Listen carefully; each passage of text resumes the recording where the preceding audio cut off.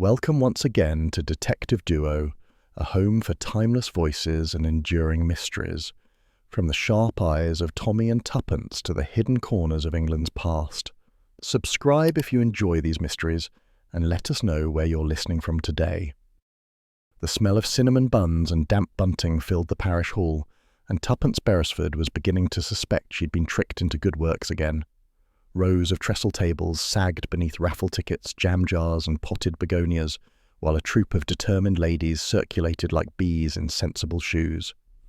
Tommy had made his escape within 10 minutes, ostensibly to check the motorcar tyres, though she suspected the pub, and so she was left smiling politely at strangers who wanted to tell her about the difficulties of the cake committee. Her relief came from an unexpected quarter, a boy of perhaps 6, small for his age, seated cross-legged at a low table, tongue between his teeth as he drew with alarming concentration. Children were not her usual province, but something about his intent expression caught her attention. She drifted over. "Now that's a serious artist," she said lightly. The boy glanced up, solemn grey eyes meeting hers. "It's a house," he said. "I've been there." The paper showed more than a house, a fine country place, its front terrace overlooking a pond. In one corner, a woman stood by an upstairs window, weeping, or at least Tuppence thought the wavery lines suggested tears. By the water lay a man in what looked very like a uniform.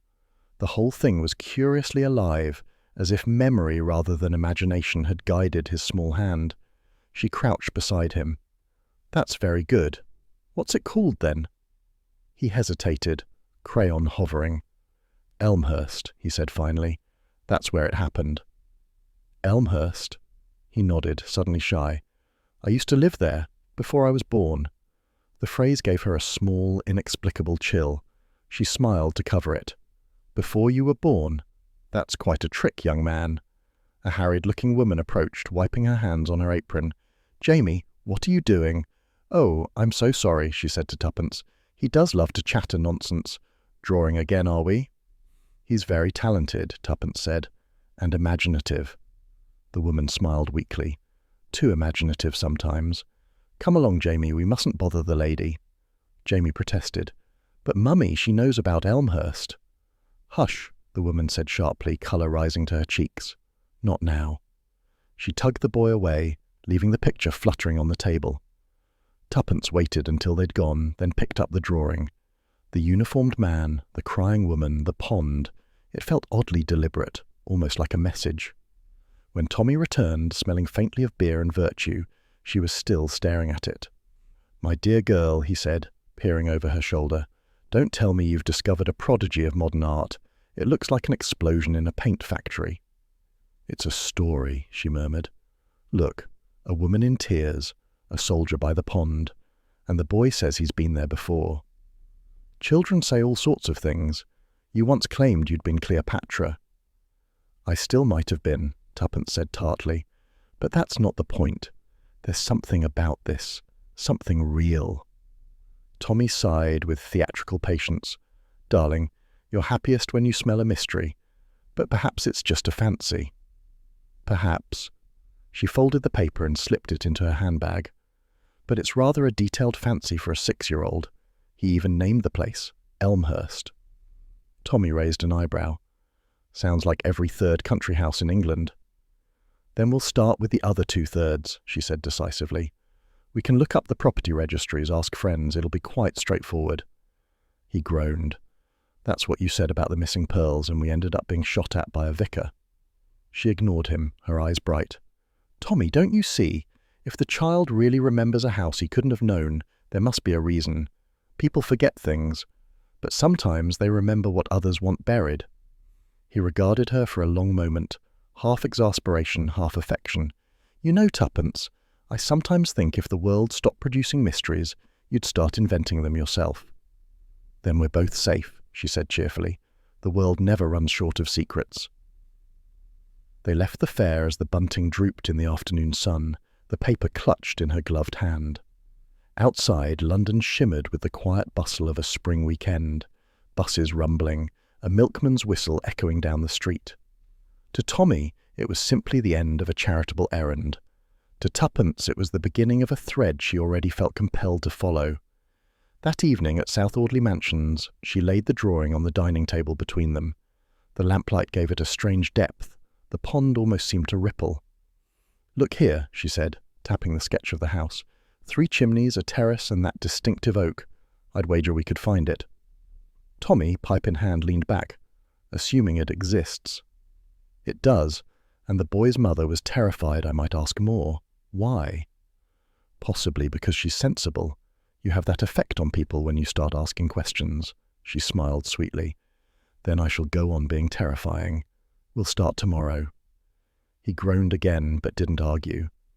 After dinner, she settled into her armchair with a notebook. Tommy pretended to read the evening paper, but kept glancing up as she scribbled names. Elmhurst, Sussex, Kent, Shropshire. She hummed under her breath like a cat over cream.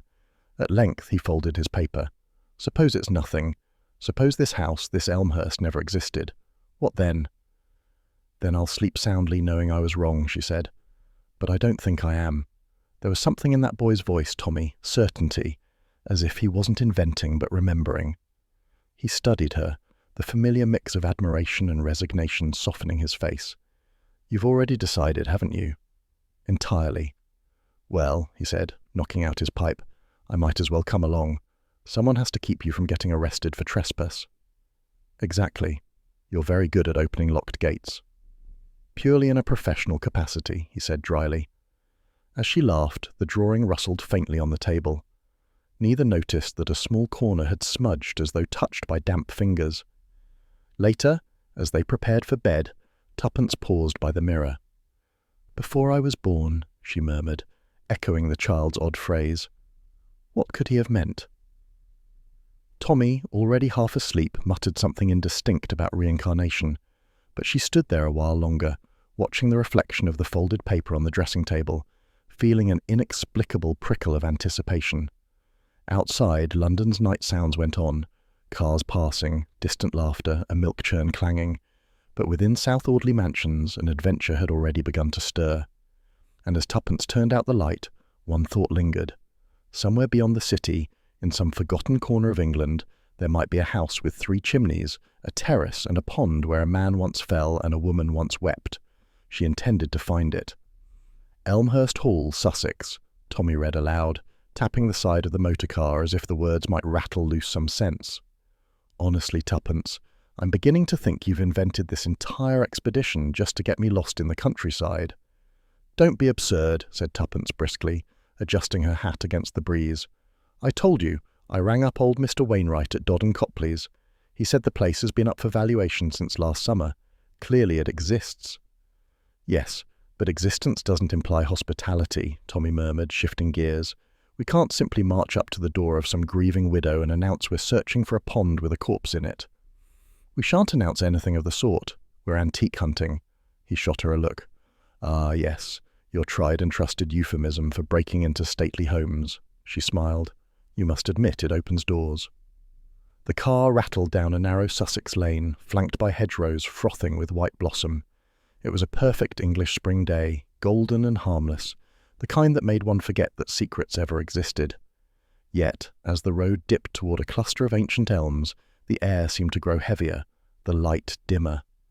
Ahead, through a break in the trees, stood Elmhurst Hall. It was magnificent once. The honeyed stone facade still glowed faintly in the sun, but ivy had crept too far across the windows, and one of the great urns on the gate pillar was cracked clean in half. The lawns were neat but joyless, trimmed like a duty. Tuppence leaned forward. There, 3 chimneys, the terrace, and look, she pointed, the pond. Tommy slowed the car, his expression tightening. "Well, I'll be dashed. It's the same view, isn't it? Exactly like the child's drawing." They sat in silence a moment, looking at the reflection of the house rippling in the dark water. Then Tuppence said softly, "I suppose we'd better meet the lady of the manor." The butler who opened the door was of the species found only in English country houses and prehistoric museums, tall, gaunt, and disapproving of everything since 1908. "Good afternoon," said Tuppence brightly. "We're interested in purchasing a few pieces for our collection. Dodd and Copley sent us." The butler blinked as if she'd spoken in Sanskrit. "Her ladyship does not ordinarily entertain trade. Neither do we, Tommy said cheerfully, but we make the occasional exception. That earned him a glare that could have curdled milk. If you will wait in the morning room, I shall inform Lady Canforth. They followed him down a corridor lined with ancestral portraits. Every face seemed to watch them. Stern men in scarlet coats, women pale as candle wax. The house smelled faintly of lavender and age. Comforting, Tommy muttered. One can practically hear the ghosts coughing. The butler threw him a look that suggested he'd heard that perfectly well. The morning room was a pleasant chamber with French windows overlooking the terrace. Yet even here, something was amiss. A single chair had been placed facing the pond, as though someone spent hours watching it. A tea tray rested on a side table, untouched. Presently the door opened, and Lady Canforth entered. She was slight, silver-haired, with the delicate bones of a woman who had once been striking. Her smile was polite but distracted. "I'm afraid you've caught me unprepared," she said in a voice that trembled only slightly. "The butler tells me you're interested in antiques." "Indeed," said Tuppence smoothly. "We're particularly fond of Georgian furniture and of visiting houses with history." Lady Canforth's eyes flickered. "Elmhurst has rather too much of that, I'm afraid." She gestured them to sit. "My husband, Colonel Canforth, was killed in the war. Since then I've kept only one companion, Miss Drew. You'll meet her presently." Tuppence inclined her head sympathetically. It must be difficult keeping up a house of this size. "Difficult?" The faintest smile. "Impossible. We close off most of it. Only the east wing and the nursery remain open." "The nursery?" Tommy repeated. Lady Canforth's smile tightened. "Old habits. My son played there before the evacuation." Tuppence leaned forward. "So there was a child here during the war?" "Yes," said the widow shortly, rising as though to end the subject. "But that was long ago." The door opened again, admitting Miss Drew, a tall woman of perhaps 40, with sharp eyes and an air of quiet command. Her dark dress and severe bun gave her the look of a governess who had never quite been dismissed. "Miss Drew has managed the household for years," said Lady Canforth. "She knows every inch of Elmhurst." The companion inclined her head. "Her ladyship finds company fatiguing. If you'll allow me, I can show you the pieces you came to see." Tuppence smiled. "How kind." As they followed Miss Drew through the corridor, Tommy whispered, "Well, she's cheerful. I bet she counts the teaspoons before bed." "Shh," Tuppence murmured. "I like her. She's hiding something." They passed closed doors heavy with dust.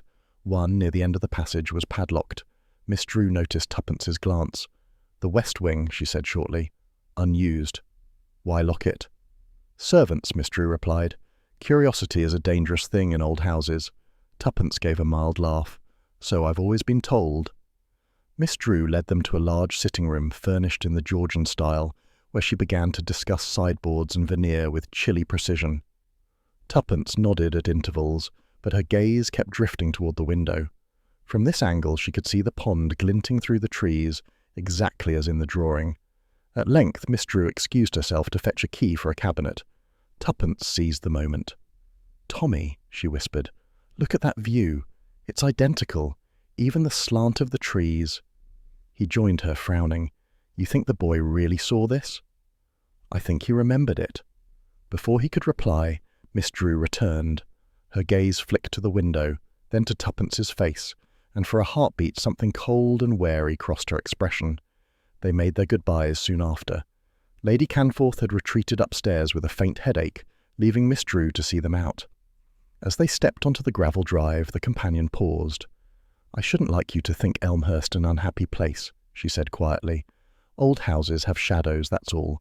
One mustn't mistake them for ghosts." Her eyes, grey and sharp as flint, lingered a moment longer on Tuppence before she turned back into the house. Tommy exhaled. "I'm beginning to wish we'd stuck to stamp collecting." Tuppence ignored him, gazing back at the pond. "The boy drew this view from the nursery window, Tommy. How could he have known it existed? And what was that Miss Drew said, about not mistaking shadows for ghosts?" "Perhaps she's one herself." Tuppence smiled faintly. "Then I intend to find out who's haunting whom." They drove away, the manor receding behind the trees, its locked wing hidden from sight. But as they turned the bend, the late sunlight caught the pond and flashed against the car window, a glint of gold that lingered in Tuppence's thoughts long after Elmhurst vanished from view. The village of Latchcombe lay a mile from Elmhurst, tucked into a fold of the Sussex hills where the lanes seemed to twist just to keep out strangers.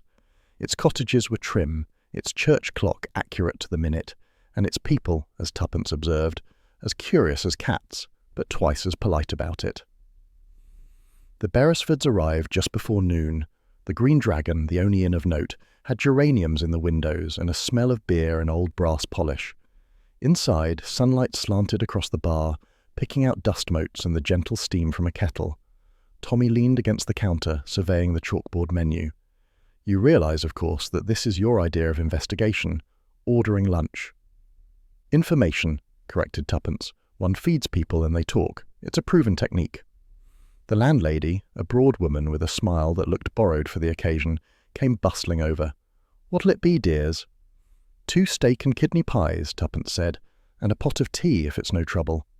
"Trouble? Bless you, that's what keeps me breathing." As she vanished through the doorway, Tommy murmured, "And we're certain this isn't a purely gastronomic case?" "Quite. Keep your ears open. Locals can't resist a mystery, especially one they think is old enough to gossip about safely." She was right. Within 10 minutes, the woman returned with their meal and a flood of conversation. "Not many strangers up our way," she began, setting down the plates. "You visiting family, then?" "Just exploring," Tuppence said lightly. "Such lovely countryside. We were admiring Elmhurst Hall earlier, though it looks rather quiet now." "Elmhurst?" The woman's expression shifted, curiosity pricking through her practiced indifference. "You've been up there, have you? Not much left to admire, I'd say. Her ladyship keeps herself shut away, poor soul." "Lost her husband in the war, I believe," Tommy ventured. "And more than that, if you listen to talk."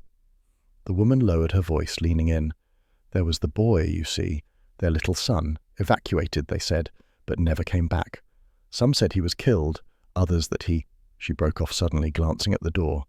"That he what?" prompted Tuppence. The landlady straightened. "Oh, I wouldn't know. Best not to repeat stories. Still," she added after a moment, "there was that nurse. Left in a hurry, she did, just after the bombing. Never came back for her wages. Her name was Ray, or maybe Rayner, something like that." "Interesting," Tuppence said softly. "Did she live in the village?" "For a bit. Rented a room over at the Smithies cottage. Kept to herself mostly. But after that night, gone." "What night?" asked Tommy. The woman hesitated. "Bombing raid, sir. October 42. Hit the village outskirts. They said it was stray ordnance, but—" She shrugged, wiping her hands on her apron. "Anyway, it's not a thing folks here like to recall." She retreated behind the counter, clearly unwilling to say more. Tuppence stirred her tea thoughtfully. "So the Canforth child was evacuated, and the nurse fled the same week. That's either coincidence or the outline of a very old scandal." Tommy stabbed his fork into the pie. "And you never met a coincidence you didn't suspect of conspiracy?" "Precisely." After lunch they strolled down the high street, pausing before the churchyard gate. A bent figure in a flat cap was trimming the grass around the headstones, the sort of village fixture who might have known every secret for 50 years. Tuppence approached with her most disarming smile. "Good afternoon. Beautiful day for the roses, isn't it?" The old man glanced up. "Roses don't mind the weather, miss. It's people who do the fretting." "You've tended this churchyard long, I imagine." "Since before the war." His shears snipped rhythmically. "Long enough to see folk come and go, some quicker than others." "Did you know the Canforths?" she asked. He paused. "Aye. Knew the colonel when he was alive. Fine man if you didn't cross him. Lady Canforth's a good soul too, but she's got her burdens." "Their son was lost, wasn't he?" The shears stopped altogether. The gardener's eyes flicked to hers, sharp, unexpectedly young in his weathered face. "Lost? That's one way of putting it." "What other way is there?" He wiped his brow. "Depends which child you mean." Tuppence frowned. "There was more than one?" He gave a grim chuckle. "There was confusion, see? Bombing does that. 2 children taken from Elmhurst that night. One come back dead, one never seen again. But between you and me," his voice dropped, "I reckon the wrong child went away." Before she could question further, a bell rang from the church and the old man gathered his tools with sudden urgency. "Best be off, miss. Vicar doesn't like loiterers among the graves." He shuffled away, leaving her standing among the headstones, gooseflesh rising on her arms. Tommy joined her. "Well, have we confirmed your ghost theory yet?" "Worse," she said quietly. "We've confirmed a substitution."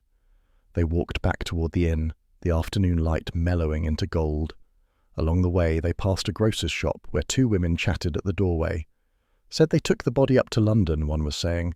"Never opened the coffin, mind you. Wartime rules." "Still," the other replied, "funny how no one saw the child after that. Not even the nurse. Makes you think." Tommy and Tuppence exchanged a glance. It was the kind of half-overheard gossip that could have launched 100 stories, but something in the tone, the unease beneath the words, made it ring truer than idle talk. Back at the Green Dragon, Tommy ordered 2 lemonades to keep up appearances. "All right," he said quietly. "Let's assume your gardener's not just a dramatist. What exactly are we looking at? A baby swap, a cover-up, or your favourite, an illegitimate heir?" "Any of the above," said Tuppence, eyes distant. "But note how everyone avoids detail. They all know something, but they're bound by habit, or fear." "Fear of what? The Colonel's ghost?" "Fear of scandal," she said simply. "It's stronger than any haunting." Tommy took a sip of his drink, grimacing. "So what now? We interview more gossips until someone confesses over a pudding recipe?" "Hardly. We find the nurse." He looked sceptical. "After 15 years?" "She left in a hurry," Tuppence said.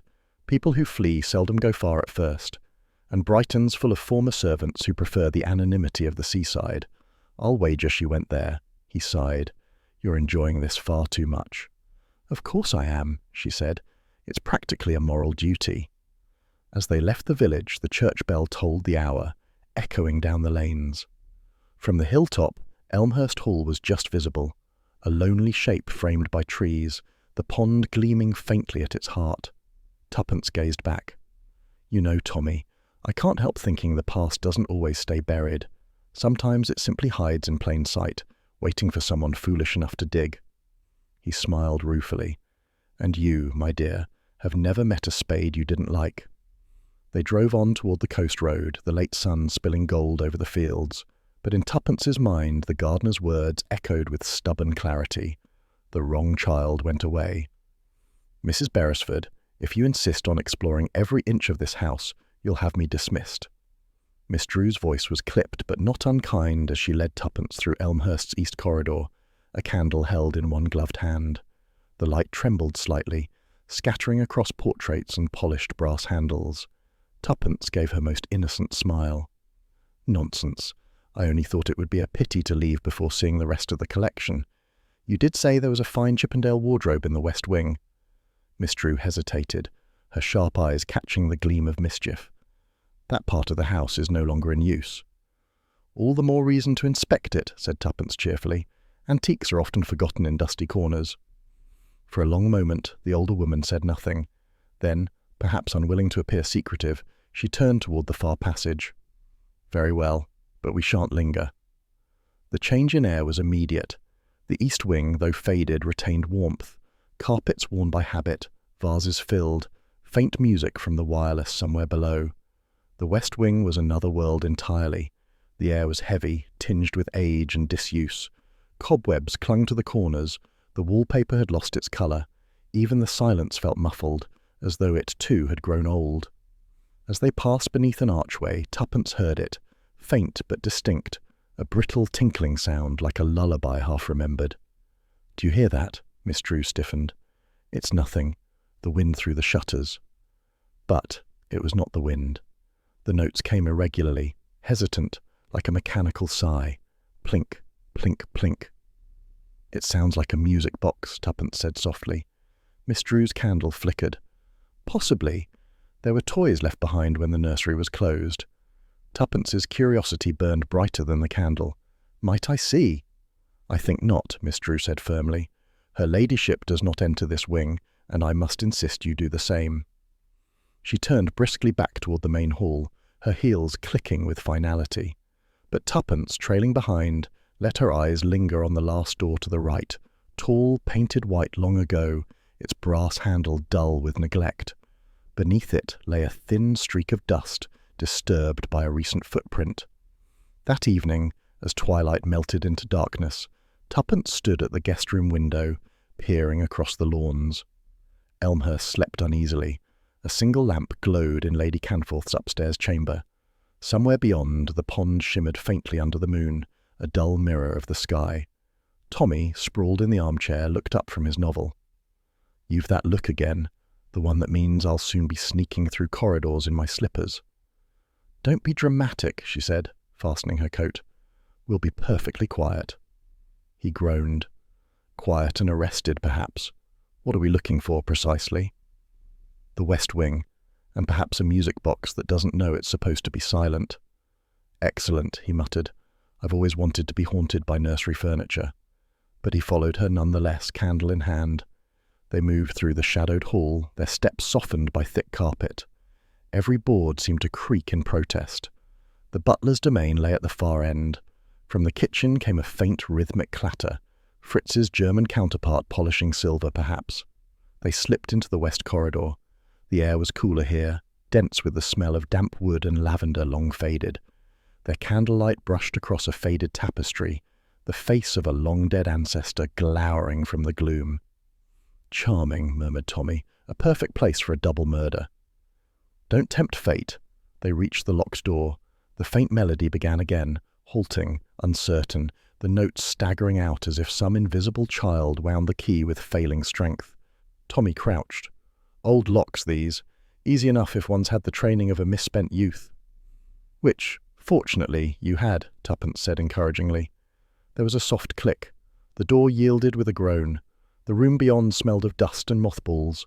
Moonlight streamed through slats in the shutters, painting stripes across forgotten furniture. A small wooden horse stood by the wall, one wheel broken. In the corner, an overturned toy chest spilled marbles and yellowed picture books. And there, upon a table, the music box. Its lid was cracked, the painted flowers faded, but the tiny ballerina still turned, slowly, unevenly, to a tune that barely held together. Tuppence approached, brushing away cobwebs. "Someone's wound it recently," she murmured. "There's no dust on the key." Tommy peered at the shelves beside it. "Someone's been here, all right. Look, footprints in the powder." On a small desk by the window lay an album, leather-bound and warped by damp. Tuppence lifted it carefully.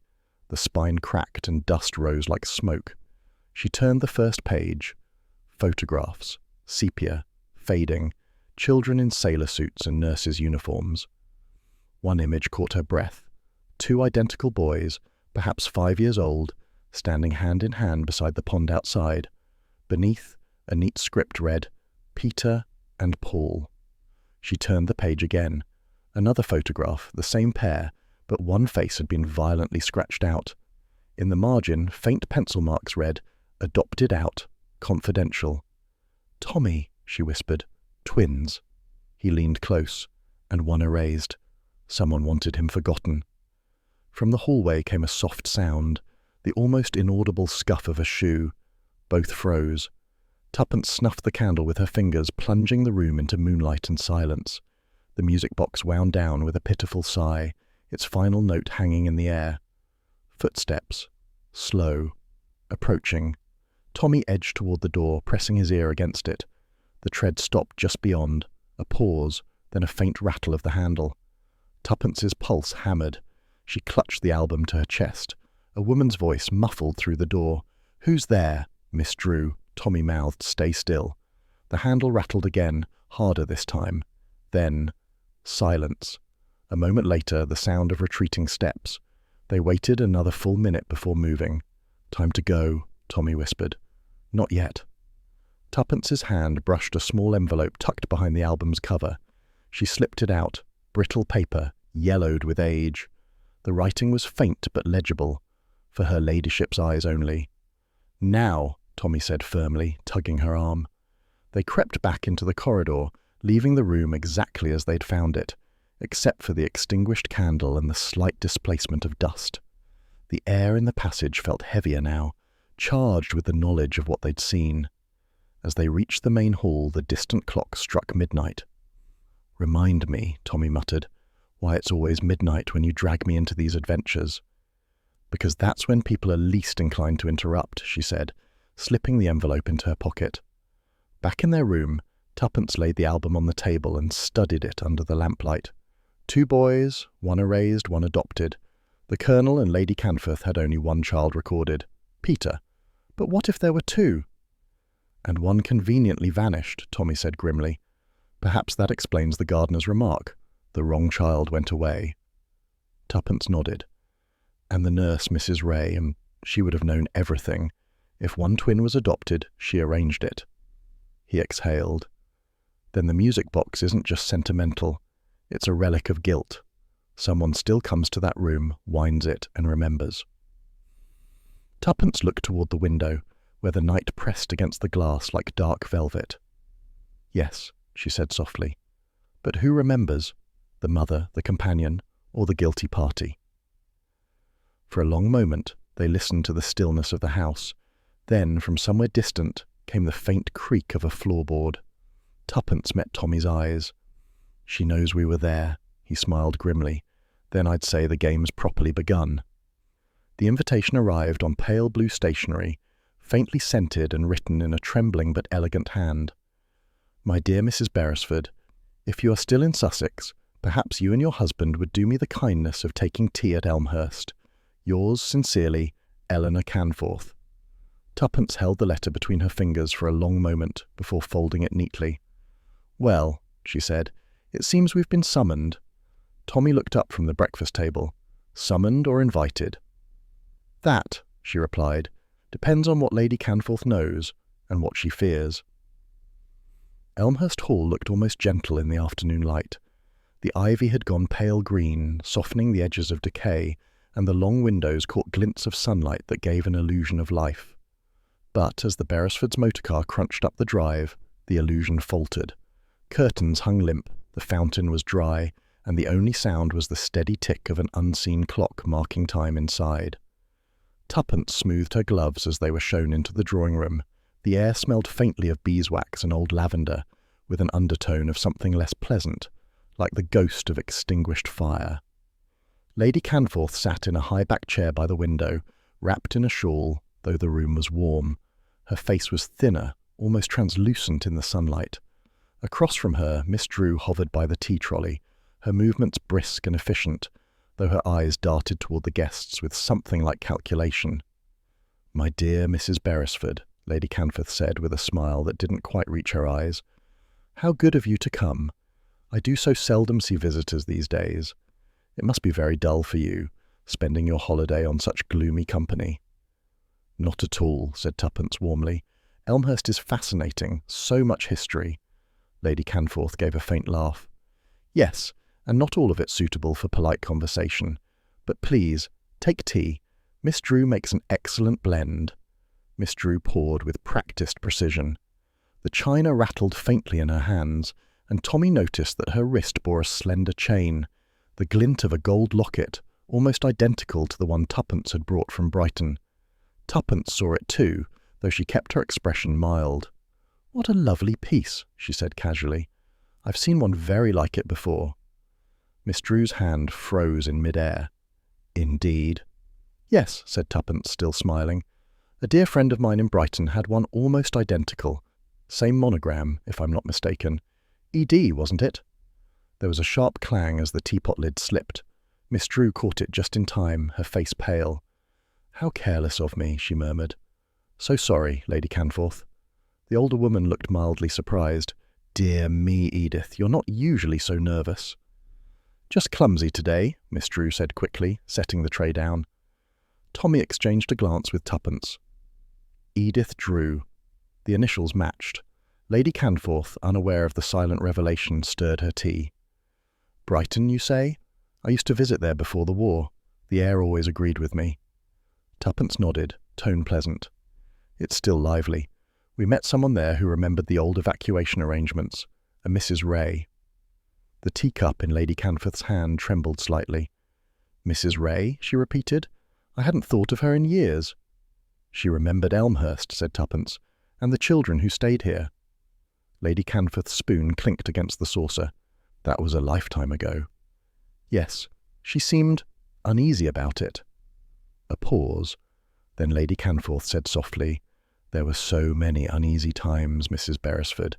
People forget how dreadful the Blitz was. I lost everything. My husband, my home in London, and—" She hesitated, her eyes glazing briefly with sorrow. "My sons." The plural slipped out like a sigh. It hung in the air, unmistakable. Tommy's eyes flicked toward Tuppence, but she remained perfectly still. "Your sons?" she asked gently. Lady Canforth blinked, confusion crossing her face. "Did I say? Oh, how silly of me. My son, of course. Peter. I must be getting old." Miss Drew spoke sharply as if to divert the subject. "More cake, Mrs. Beresford?" "Thank you," said Tuppence, though her appetite had vanished. Lady Canforth's voice softened again. "I sometimes think the past plays tricks on one's memory. The sound of footsteps in an empty hall, a door that opens when no one is there. One imagines children still laughing in the nursery." "Echoes," said Tuppence quietly. "That's what they are. Echoes of what's been lost." Miss Drew's face hardened. "The past should be left alone, Mrs. Beresford." Tuppence met her gaze. "Does it ever stay there, Miss Drew?" For a heartbeat, the two women stared at one another, and something unspoken moved between them. Fear, perhaps, or guilt. Lady Canforth, oblivious to the tension, began talking again, about roses, about how difficult it was to find good gardeners now. Her conversation fluttered like a wounded bird, always skimming away from the ground of truth. After half an hour she excused herself, pleading fatigue. "The afternoons tire me dreadfully. Edith, see our guests out." When she had gone, Miss Drew's polite mask returned. "Lady Canforth has been unwell. I trust you'll forgive her little confusions." "Of course," said Tuppence. "Grief lingers." "Indeed." Miss Drew's voice was smooth again. "Good day, Mrs. Beresford. Mr. Beresford." They stepped out into the corridor, where the long-case clock ticked solemnly. As they reached the front door, Tommy murmured, "Sons." She said sons. Tuppence nodded. "And Miss Drew wears the twin to the Brighton locket." "She was ED then?" "Yes. The nurse must have given it to her, or she took it." They were passing the grand staircase when Tommy stopped. A draught stirred the air, faint but distinct. "Did you feel that?" "From the west side," said Tuppence softly. He walked toward the corridor leading to the sealed wing. The house was silent save for the ticking of clocks and the faint creak of old timber. At the far end, where the hallway turned, he saw it. The heavy curtain that covered the locked door was swaying slightly, as though someone had just passed through. He approached cautiously. The curtain brushed his sleeve, cool and dusty. Beneath it, the door stood ajar by an inch. "Tuppence," he whispered. She joined him, eyes wide. "It's open?" He nodded, crouching to examine the floor. Dust had been disturbed in a narrow trail leading from the door to the window beyond. The latch of the window hung loose and a faint smell of night air drifted in. "Someone's been inside," he murmured. "Recently." Tuppence glanced toward the staircase. Miss Drew? Or someone else. But whoever it was, they came from inside, not out. That window was unlatched from within. She shivered slightly. "Do you think Lady Canforth ever goes there?" "I think she's too afraid to," said Tommy grimly. "But someone isn't." They stepped back quietly and let the curtain fall. Outside, as they walked to their car, the late sunlight had dulled to amber. The air was heavy, the stillness oppressive. Behind them, the windows of Elmhurst glimmered dully, reflecting the sinking sun. "Tommy," Tuppence said softly, "did you notice her hands?" "Miss Drew's?" "No, Lady Canforth's no wedding ring." He frowned. "You're right. She said she lost everything in the war. But not everyone loses the same things. Some lose their shame, others their truth." Tommy started the engine, the motor coughing before catching. "You think Miss Drew and the Colonel—" "I think she knows more than she ever should have," said Tuppence. "And if that nursery door has been opened again after all these years, it's not by chance. There's something, or someone, in this house that refuses to stay buried." The car rolled down the drive, gravel whispering beneath the tires. Neither of them looked back, but in the upstairs window a curtain stirred, slowly, deliberately, as if watching them go. "Albert," said Tuppence with affectionate exasperation, "you've turned into the most useful gossip in London." Albert grinned. hands jammed in his coat pockets, cap askew. "I wouldn't say gossip, Mrs. B. I just know who owes favours to who, and when people talk too loud in canteens." They were standing beside a row of iron warehouses along the Thames, each bearing the faded insignia of the old Ministry of War Transport. The air smelled faintly of oil, dust, and the river's metallic tang. Overhead, gulls screeched like argumentative typists. "So this is it," Tommy said, eyeing the sagging sign. "National Evacuation Storage, property claims pending." A cheery spot for nostalgia. Albert fished in his pocket and produced a key on a frayed string. "Official-like," he said proudly. "Friend of mine minds the place. Says there's trunks here been sitting since '45. Nobody ever came back for 'em. Got one marked Canforth. Thought it might tickle your curiosity." "Albert," said Tuppence gravely, "you're wasted on legitimate employment." "Too right I am." He winked and led the way inside. The interior was vast and shadowy, rows upon rows of stacked trunks and crates under a roof thick with cobwebs. Dust motes floated through the slats of sunlight like slow confetti. Every footstep echoed. Albert struck a match and lit a lantern. "Here we are. C-section, row 8. They wound between the aisles until he stopped before a battered leather trunk. The brass plate read, "Lady E. Canforth, Elmhurst Hall, Sussex." Tommy whistled softly. "Well, that saves guesswork." "Go on, Mrs. B," Albert urged. "Let's see what the toff's left behind."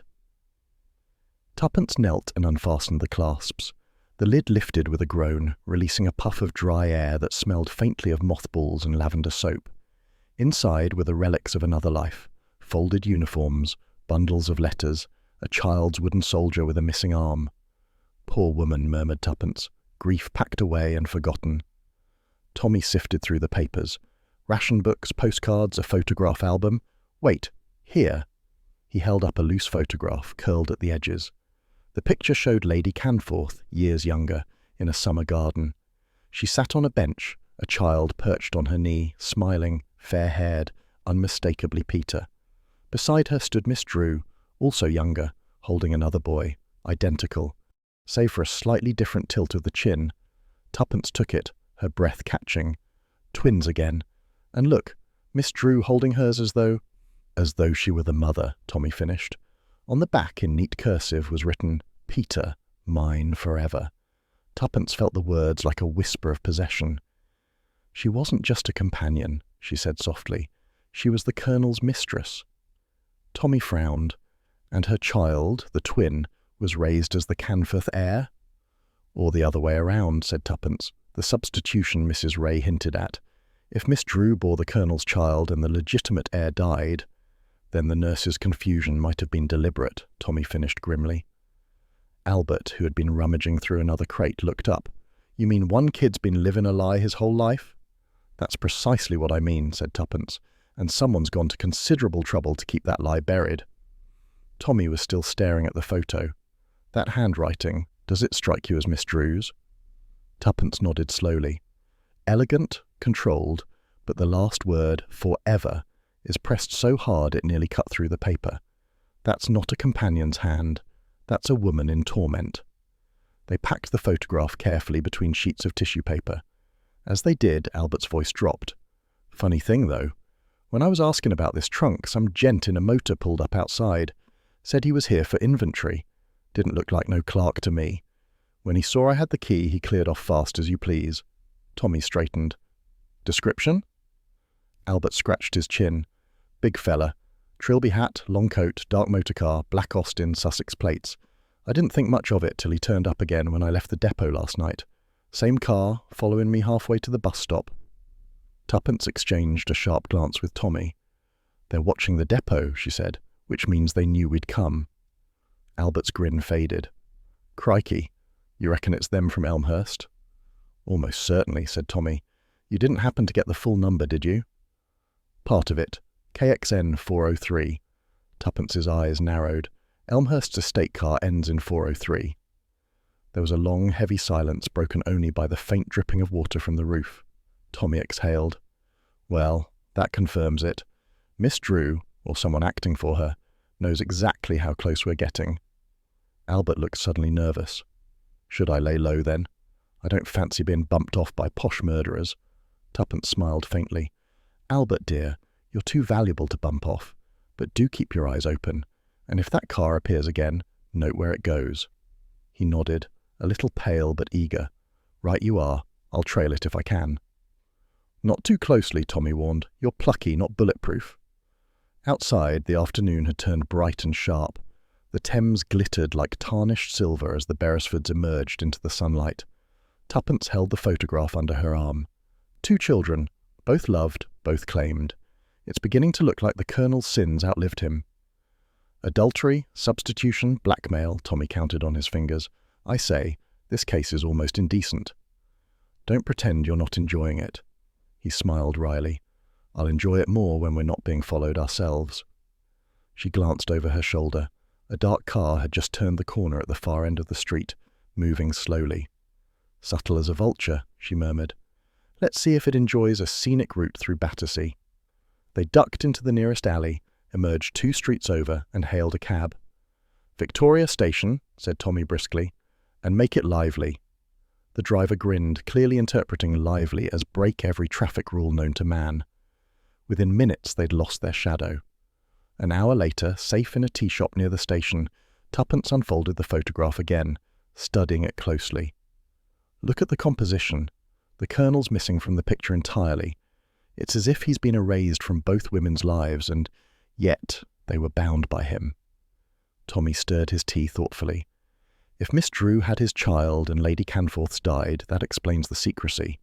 The Colonel would have swapped them to preserve the title and his wife's sanity. But Miss Drew wouldn't have given up her son without resentment. That inscription, mine forever, reads like a vow of revenge. She might have stayed on at Elmhurst to watch her own child grow up as another woman's heir, Tommy said quietly, and when the Colonel died, she inherited control of the secret. Tuppence leaned back, eyes narrowing.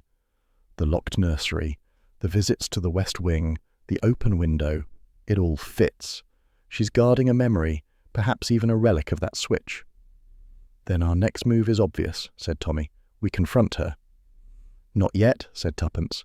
If she suspects how much we know, she'll retreat, and perhaps destroy the evidence. We need something undeniable. Proof. She folded the photograph carefully. The inscription alone ties her to the children, but we must link it to the Colonel. Perhaps that letter you rescued from the fire, Tommy, E.D., remember? Indeed, he said, finishing his tea. It seems Miss Drew's skeletons are finally rattling their bones. Tuppence smiled, though her eyes remained serious. And someone's already watching to make sure they don't start dancing in public. Tommy paid the bill, and they stepped out onto the crowded street. The air smelled of petrol and baking bread from a nearby stall. Back to Elmhurst, he asked. Yes, said Tuppence, before Miss Drew decides to lock that nursery forever. As they crossed the pavement, a car engine roared to life somewhere behind them. Tuppence turned just in time to glimpse a black Austin idling at the curb, sunlight flashing off its windshield. The same car. Tommy caught her arm. Don't look back. Walk on. They melted into the crowd, hand in hand, while the car idled a moment longer before easing into traffic. Neither spoke until they were well clear. Then Tuppence said quietly, It's begun, Tommy. Whatever secret that house hides, it's waking up, and it knows our names. The knock on Lady Canforth's door was polite but firm, the kind that brooked no delay. It was just after 4 o'clock, and the old grandfather clock in the hall had only begun its chime when Tuppence's voice came softly through the wood. Lady Canforth, it's Mrs. Beresford. Might I have a word? There was a pause, the faint rustle of fabric, and then the latch turned. Lady Canforth stood in the doorway, fragile as parchment in the afternoon light. Her eyes were rimmed with sleeplessness. Behind her the fire in the grate burned too fiercely for the season, as though she were determined to chase some unseen chill. My dear, she said faintly, you look so serious. Has something dreadful happened? Tuppence stepped inside, her expression gentle. Not yet, Lady Canforth, but before something does, I think we must talk honestly. About your son. The older woman flinched, one hand gripping the back of a chair. My son? Yes, the one who lived and the one who didn't. For a long time, there was no sound but the ticking of the clock and the soft hiss of the fire. Then Lady Canforth sank into the chair, her shawl slipping from her shoulders. "I suppose," she whispered, "that was always going to come back." Tommy stood by the mantelpiece, studying the portraits on the wall, the same stern ancestors, all with the same hawk nose and dark eyes. Only the boy in the silver frame beside Lady Canforth's tea service had the golden curls and innocent gaze of another lineage altogether. "You see," Tuppence said gently, "we've found the photograph, the one showing you with one child and Miss Drew with the other. Twins, Lady Canforth. Identical, and yet one vanished into thin air, or rather, was made to vanish." The widow's lips trembled. "You think I didn't know?" Tommy said quietly. "We think you knew more than anyone else." She looked up then, eyes shining with something that was not quite defiance. "I knew, yes. Not everything, not at first. They told me Peter had survived and Paul had died. I believed it. I wanted to believe it. I'd been so ill after the birth. The colonel handled the arrangements. He said the papers were in order, the child registered. But when I first saw Peter again, after the evacuation, something in me knew. A mother always knows." Her voice broke on the last words. Tuppence said softly, "You loved him anyway." "Of course I did." Lady Canforth's hands twisted in her lap. "He was mine in every way that mattered, and if I had spoken, it would have destroyed us all. The colonel's pride, the boy's peace, even Edith's life." Tommy straightened. "So you did know Miss Drew's connection to the colonel?" Lady Canforth gave a faint, bitter laugh. "You think that secret could be kept in a house like this? I saw it long before he admitted it. Her looks, her devotion. He promised me it was over, but when she returned to Elmhurst as my companion after the war, I understood. It was her price for silence. The colonel needed her discretion, and so did I." "She arranged the substitution," Tuppence said quietly. "Didn't she?" "Yes," the widow whispered. "He begged her to. The legitimate child, my son, died during the bombing, but her child, the other twin, lived. The colonel wanted to spare me the truth, and Edith, foolish, proud Edith, agreed. She told herself that her boy would grow up with everything she could never give him." Tommy's jaw tightened, until conscience soured into resentment. Lady Canforth looked up, startled by the steel in his tone. "Resentment?" "She's been blackmailing you," Tuppence said softly. "The letter in your firebox. The initials ED, the constant control she keeps over this house, over you." Lady Canforth pressed a trembling hand to her mouth. "You've seen it." Tommy nodded. "What remains of it? But we mean to stop her." The older woman shuddered. "You can't. She has all the papers, the real birth records, the letters from my husband. She said if I ever spoke, she would destroy them. And the boy, my boy, would lose his name, his inheritance, everything." "Sometimes," said Tuppence quietly, "truth is the only inheritance worth keeping." For a moment, Lady Canforth seemed to shrink into herself. Then she said, in a low, urgent tone, "If you must confront her, do it soon. She's been restless lately. I hear her at night, walking in the West Wing." "The West Wing is locked," Tommy said. Lady Canforth's smile was thin as ash. "Not for her." That night, the house was unnaturally still. Tuppence sat by the window in their guest room, watching the faint glow of a candle move through the corridor beyond. Tommy, half-dressed and muttering, was gathering his matches. "I'll never understand how we get into these situations," he said. "Can't we once visit a country house without arson, adultery, or adoption?" "Not if we intend to earn our tea," Tuppence replied, slipping on her coat. "Come on." They crept through the corridor, the floorboards creaking like uneasy whispers. From behind the curtain that masked the West Wing, a flicker of orange light danced, brighter than candle flame. Tuppence's hand caught Tommy's arm. "Do you smell that?" He nodded grimly. "Smoke." They tore the curtain aside. The air was thick, acrid, the locked door now gaping open, and beyond it the room they had seen before transformed into a furnace of flame and shadow. "Good Lord," Tommy breathed. Books and papers smouldered on the desk, the curtains were alight. Books and papers smouldered on the desk, the curtains were alight. Through the smoke a figure moved, Miss Drew, flinging documents and letters into the fire with frantic haste. Through the smoke a figure moved, Miss Drew, her silhouette black against the inferno, flinging documents into the fire with both hands. "Stop her!" cried Tuppence. Tommy lunged forward, seizing her by the wrist. The woman turned on him like a wild thing, eyes blazing. "You don't understand," she gasped. "It's mine, all mine. He promised me." Her words were lost as the ceiling above them cracked, raining sparks. Tuppence pulled Tommy back just as a beam fell, scattering embers. Miss Drew stumbled toward the window, coughing. For a moment, she looked like a desperate bird against the flames. Then she wrenched the sash open, letting a rush of cool air in. "Get out!" shouted Tommy. "The floor's giving way." But she didn't move. Her gaze had fixed on the photograph that hung half-charred on the wall, the two boys by the pond. With a cry, she tore it free and clutched it to her chest. Then the beam fell. Tommy dragged Tuppence back as sparks showered them. For a moment, Miss Drew vanished in the smoke. When it cleared, the nursery window stood wide open and she was gone. The fire was contained within the hour. Servants and villagers rushed up from the lane with buckets. The local brigade arrived too late to save the west wing, but the rest of the house survived. Lady Canforth stood in the courtyard, her face as white as the rising dawn. "Edith," she whispered, staring at the smoking ruin. "Is she—" "She got out through the west window," Tommy said. "We couldn't stop her. She took papers with her." A small crowd had gathered, whispering among themselves.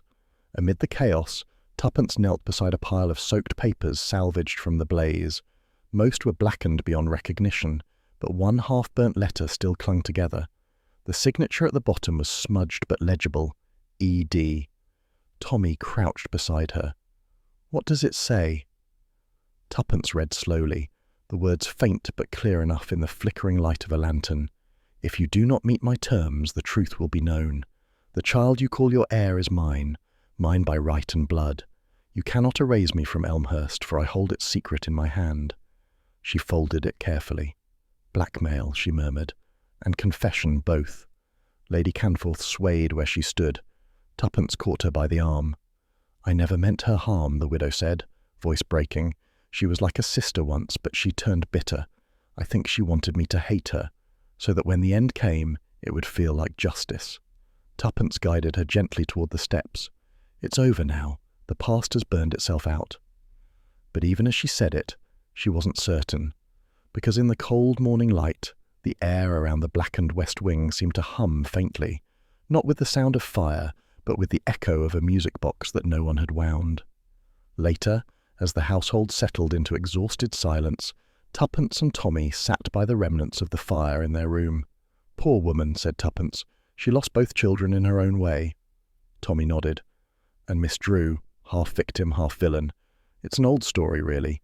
Pride, guilt, love gone rancid." He drew a half-burnt scrap from his pocket, the remainder of the letter's envelope. "There's one line left here," he said, handing it to her.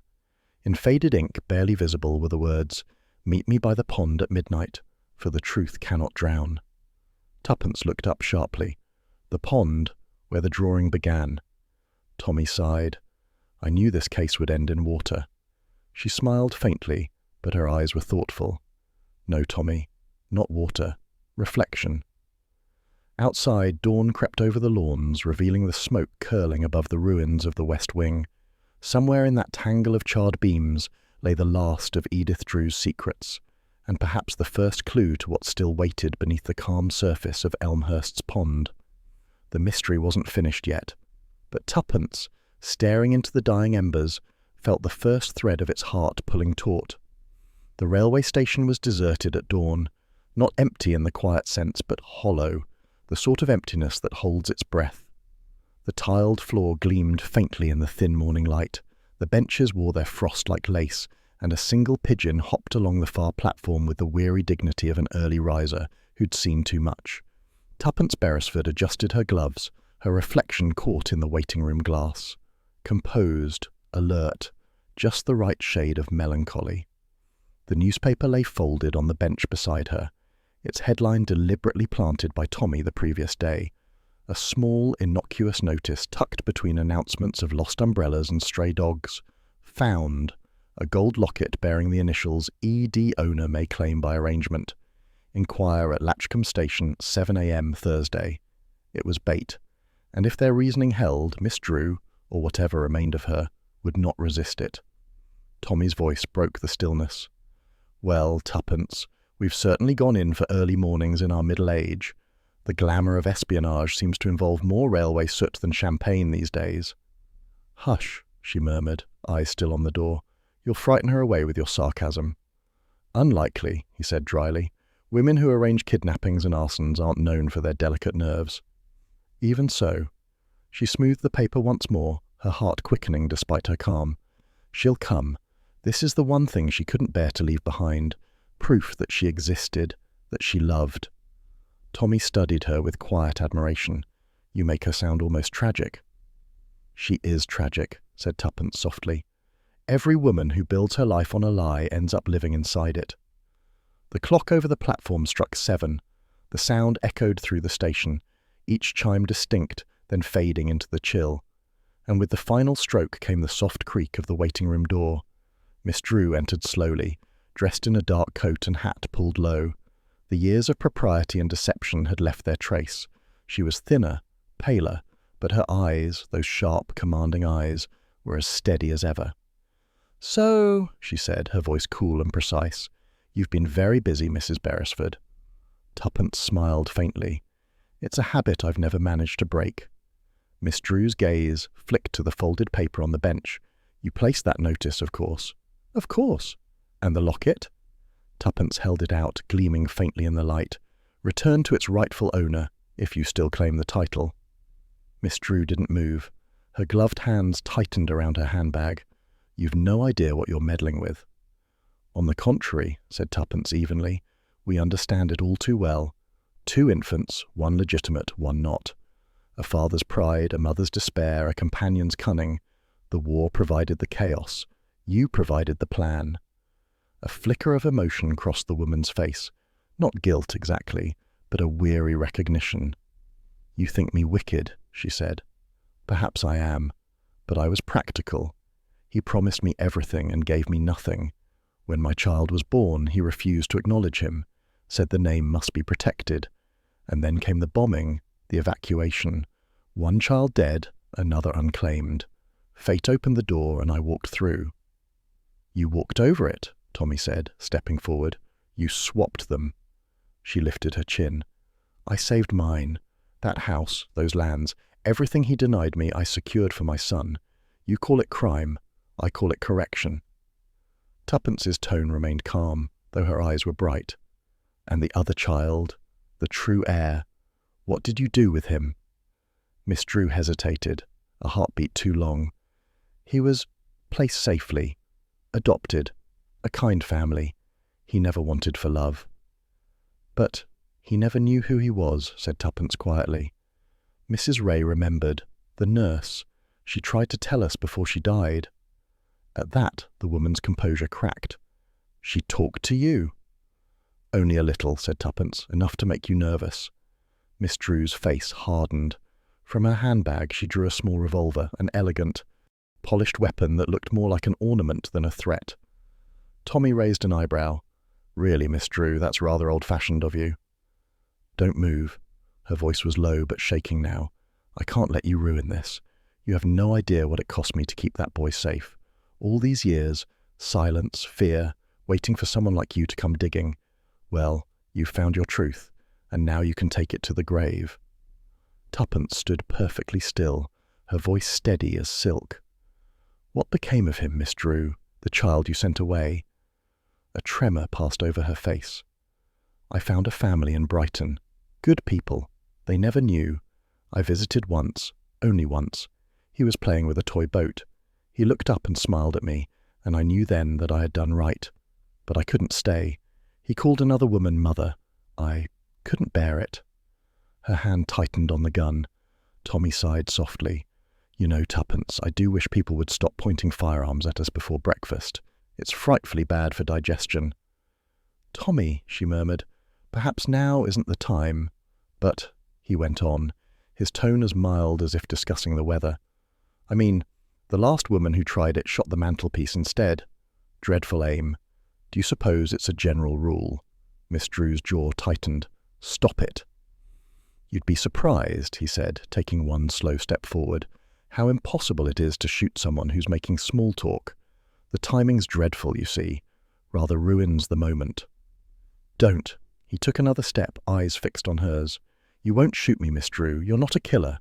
You never were. Just a woman who made one terrible decision and then kept making it again." The gun wavered, just slightly, but enough. Tommy moved fast, faster than his years suggested. His hand caught her wrist, the weapon clattered to the floor, spinning once before landing against the leg of the bench. Tuppence kicked it aside just as the door burst open. Inspector Grant, summoned earlier by discreet telegram, strode in with 2 constables. "Everything all right, Mr. Beresford?" "More or less," said Tommy, breathing hard, "though I could do with a cup of something warm. Revolver wrangling before breakfast is a bit above my pay grade." Miss Drew made no resistance as the officers guided her to a seat. Her face had gone strangely calm, the stillness of someone who has finally stepped out of a long, exhausting dream. Grant eyed her with professional detachment. "You'll have to make a statement, ma'am. About the fire, the letters, the adoption." She nodded slowly. "It doesn't matter now. None of it matters." Her eyes lifted to Tuppence. "You'll see him again, you know. The boy. He's grown now. Clever, kind. He doesn't remember Elmhurst, but sometimes he dreams of a house by a pond." Tuppence swallowed, her voice soft. "And what do you dream of, Miss Drew?" The woman smiled faintly, a ghost of her former pride. "A nursery that isn't empty." As they led her away, the early train pulled into the station with a shrill whistle. Steam rolled through the platform, veiling everything in pale silver. When it cleared, she was gone. Later, in a small cafe overlooking the tracks, Tuppence sat with her chin resting on her hands, watching the morning sun creep through the windows. Tommy returned from the counter, carrying 2 cups and a plate of toast. "Well," he said, setting them down, "another family scandal resolved, another villain apprehended, and another fine example of my agility immortalized in police records." She smiled faintly. "You were magnificent, dear." "I always am, under pressure." Her expression softened. "Do you think she meant it? That the boy's alive, grown up somewhere?" "I think she told the truth at last," he said. "And if she didn't, we'll find him anyway. You've never yet let a lost child remain unfound." Tuppence toyed with the locket on the table. "It's strange, isn't it? All this time, a secret hidden in something so small." "That's the world, my dear. The bigger the sin, the smaller the hiding place." They drank their tea in companionable silence. Outside, the station came to life, porters shouting, carriages rolling, the day beginning as though no tragedy had ever haunted its walls. At last, Tuppence rose, slipping the locket into her bag. "Shall we go home, Tommy?" "Gladly. I find Sussex more restful when it isn't on fire." They stepped out into the sunlight. A wind stirred across the platform, carrying with it the faint smell of coal smoke and salt from the distant sea. Somewhere a whistle blew again, long, low, final. Tuppence paused, looking down the line of tracks vanishing into the horizon. "Funny," she said softly, "how the past always tries to come back, like a train that refuses to stay in the depot." Tommy took her arm, smiling. "Yes, but it always arrives late and usually second class." She laughed, the sound bright against the morning air. Together they walked away from the station, leaving behind the echo of that long-buried secret, a truth born of love, guilt, and one woman's desperate attempt to rewrite destiny. As the train pulled out behind them, steam engulfed the platform once more, erasing their footprints in the frost. The past, at last, had left the station. The cottage at the edge of the downs looked like something out of a storybook. Whitewashed walls, a climbing rose clinging stubbornly to the porch, and the smell of baking that made even Tommy's cynicism falter. It was late afternoon, the hour when shadows lengthened without menace, and the air held that peculiar calm which follows storms both literal and moral. Inside, the sitting room was small but charming, chintz curtains, books stacked on every surface, and a fire that burned with a well-fed crackle. Mrs. Harcourt, a brisk woman with kind eyes and flour still dusting her apron, poured tea with the unhurried grace of someone for whom warmth was a daily habit. "You've come a long way to see us, Mr. and Mrs. Beresford," she said. "It isn't often we get visitors from London who don't want to sell us insurance or curtains." Tommy smiled. "Our intentions are slightly less commercial, I promise." Her husband, a solid man with a ruddy face and the air of someone who trusted the world to make sense eventually, leaned forward. "It's about our Peter, isn't it? You said you had news. Tuppence glanced toward the hearth. On the rug, a boy of about 12 was building an elaborate fort out of dominoes, humming under his breath, fair-haired, alert, content, the same fair hair that had started it all. "Yes," she said softly. "It's about him, and it's good news." Mrs. Harcourt's hands trembled slightly as she set down the teapot. "Oh dear, I was afraid—" "No, nothing dreadful," Tuppence reassured her quickly. "Quite the opposite. His history, all that dreadful tangle of wartime papers and adoptions, it's been sorted.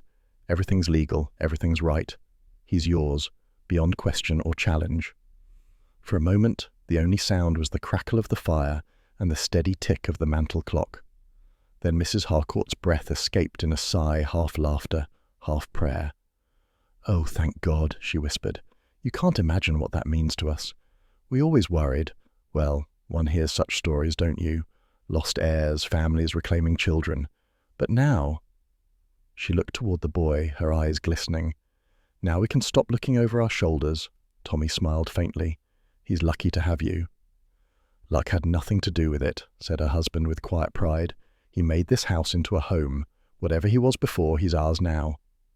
Tuppence nodded, but her gaze lingered on the child. He was arranging his dominoes in perfect rows, brow furrowed in the intense seriousness only children can summon for play. "Does he ever ask about his past?" she asked gently. "Sometimes," said Mrs. Harcourt, "but children live forward, not backward. He says he dreams of a big house sometimes. By water, he thinks, though we've never taken him anywhere grander than Brighton Pier." Tuppence smiled wistfully. Dreams have long memories. Tommy reached for his teacup. "So do wives, in my experience." She gave him a sidelong look. "I'm sure you'll enlighten us with another of your theories, dear." "Only that mysteries are like children," he said cheerfully. "You don't find them, they find you. Perhaps we should adopt one instead next time." Mrs. Harcourt laughed. "You'd have your hands full either way." When tea was over, the Harcourts walked them to the gate. The boy had darted out ahead, racing the wind across the garden. He turned once and waved, bright, careless, free. "He doesn't know what you've done, does he?" Mrs. Harcourt said quietly. Tuppence shook her head. "And he never needs to. He's where he belongs." They watched the child vanish down the lane toward the meadow, the late sunlight gilding his hair. The scene held no drama now, only peace, the kind that came from something finally set right. As the motor car rattled away, Tuppence sat in silence for a while, her gloved hand resting against the window. "Do you suppose," she said at last, "that Lady Canforth ever made peace with it, knowing the boy wasn't hers?" Tommy's eyes were on the road, but his tone was gentle. "I think she did. Sometimes love is less about truth and more about choosing to forgive it." She smiled faintly. "You're growing sentimental in your old age." "Middle age," he corrected firmly. "And besides, I had good training. You've made a career of sentimental logic." They both laughed, quietly, contentedly, as the road curved through the downs toward home. A week later, a letter arrived, written in an elegant, shaky hand. Tuppence opened it at the breakfast table, the morning sunlight lying across her toast like pale gold. "My dear Mrs. Beresford, Elmhurst is quieter now, though the West Wing will never be rebuilt. The fire cleansed more than wood and plaster, I think. Edith's name has been spoken kindly again in this house, and that is something. I am grateful to you both for uncovering the truth, even when it hurt to face it. The boy is safe, and peace has returned. For the first time in years, I can sit by the window and hear only the wind, not the past whispering through the corridors. Yours with affection and thanks, Eleanor Canforth." Tuppence read it twice, then folded it carefully. "She sounds lighter," she said softly.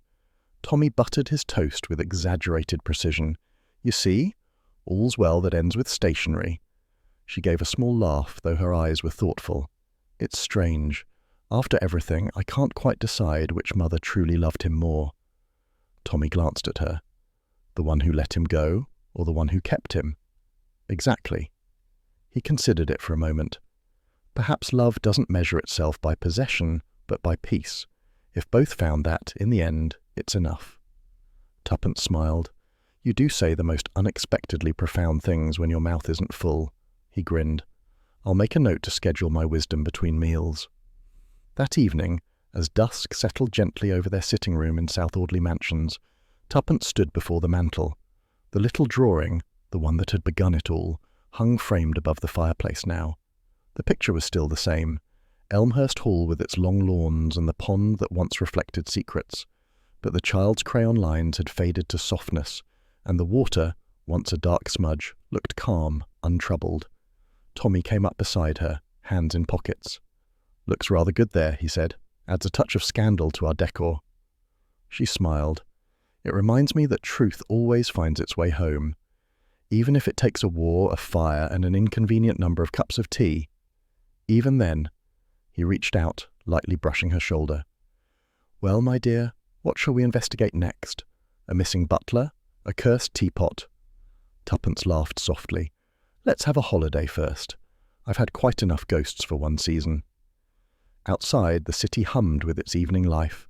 Buses, footsteps, laughter echoing down the street, all the ordinary music of the living. And inside, under the quiet glow of lamplight, the Beresfords sat together, their mystery finally at rest, their tea cooling gently between them, while above the mantel Elmhurst watched in perfect peace, its pond empty at last. The afternoon sunlight slanted through the Beresfords' sitting room, laying soft gold over the furniture, the tea tray, and the framed drawing above the mantelpiece, the one that had once begun a mystery. Tuppence sat in her favourite chair, sewing something purely ornamental and therefore, by Tommy's assessment, entirely unnecessary. A clock ticked with the patient rhythm of domestic peace. Outside, London hummed faintly, muffled by distance and curtains. "Funny, isn't it?" said Tommy, standing by the window with the Times. "A year ago this week, we were chasing through burnt corridors and railway stations, and now the most excitement we've had is the butcher giving us the wrong cut." "I call that progress," said Tuppence, snipping a thread. "Besides, one doesn't measure life by corpses per week." Before Tommy could reply, the doorbell chimed, that short, cheerful ring which meant a child, not a visitor with business. Tuppence's face softened. "That'll be him." Moments later, the maid ushered in a boy with a sketchbook tucked under his arm. He was taller now, the coltish awkwardness of youth creeping in, but his fair hair and bright eyes were unmistakable. "Mrs. Beresford," he greeted, breathless. "Mum said I could stop by. I've brought something to show you." Tuppence smiled. "I hoped you might. Sit down, Peter, or should I say master artist now?" He laughed, pulling a folded sheet from his sketchbook. "It's the same house, the one I drew before, only it's different now." She took the paper gently. The new drawing was careful, more confident, the lines stronger, the shapes sure. Elmhurst stood in the centre again, but no longer lonely or shadowed. The windows gleamed with sunlight, the lawns stretched green and alive.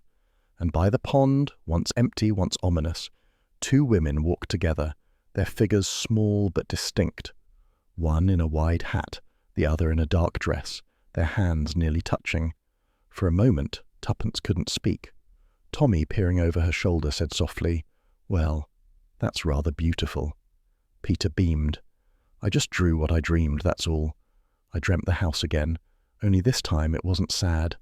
The pond had light in it, and the two ladies weren't arguing any more." "The two ladies?" Tuppence asked quietly. "Yes, I saw them before in my first drawing, but they didn't look at each other then." He pointed to the paper, his finger smudged faintly with charcoal. "Now they do." Tuppence's hand trembled slightly as she set the drawing down. The sound of the ticking clock seemed to grow louder. Tommy watched her face and said lightly, "Seems you've exercised, Elmhurst, young man. Very fine work indeed. Perhaps you'll make your fortune painting ghosts." Peter laughed. "Oh, I don't think they were ghosts. Just people who'd been sad too long." He gathered his things, the exuberance of youth returning as quickly as it had stilled. "Mum says we might move soon. Near the sea this time. I'll draw that next." "Do," said Tuppence, standing. "And bring it to show us when you do. We'll hang it next to this one." He smiled shyly. "Goodbye, Mrs. Beresford. Goodbye, sir." "Goodbye, Peter," said Tommy. "Mind you keep your pond ghosts cheerful." When the door closed behind him, silence lingered. Outside, the street had filled with afternoon bustle. A milk van rumbling past, someone whistling a tune from a nearby flat. Tuppence crossed to the mantel and placed the new drawing beside the old one.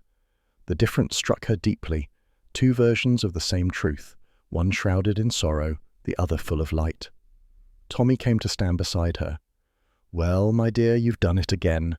Solved a mystery so thoroughly, you've turned it into art." She smiled faintly. "I didn't solve it. It solved itself. Time does that sometimes." He raised an eyebrow. "You sound almost philosophical. Dangerous habit." "Perhaps," she murmured. "But look at them, Tommy. The house, the pond, those two figures. Do you think," he finished gently, "that the past finally made its peace?" She hesitated, eyes still on the drawing. Maybe. Or maybe it's still finding ways to speak, through children, through dreams, through sketches on cheap paper. "Haunting us politely, you mean?" Tuppence smiled. "Something like that. Perhaps some secrets never quite stop drawing themselves." Tommy slipped an arm around her shoulders. "Then let's hope they draw kindly for once."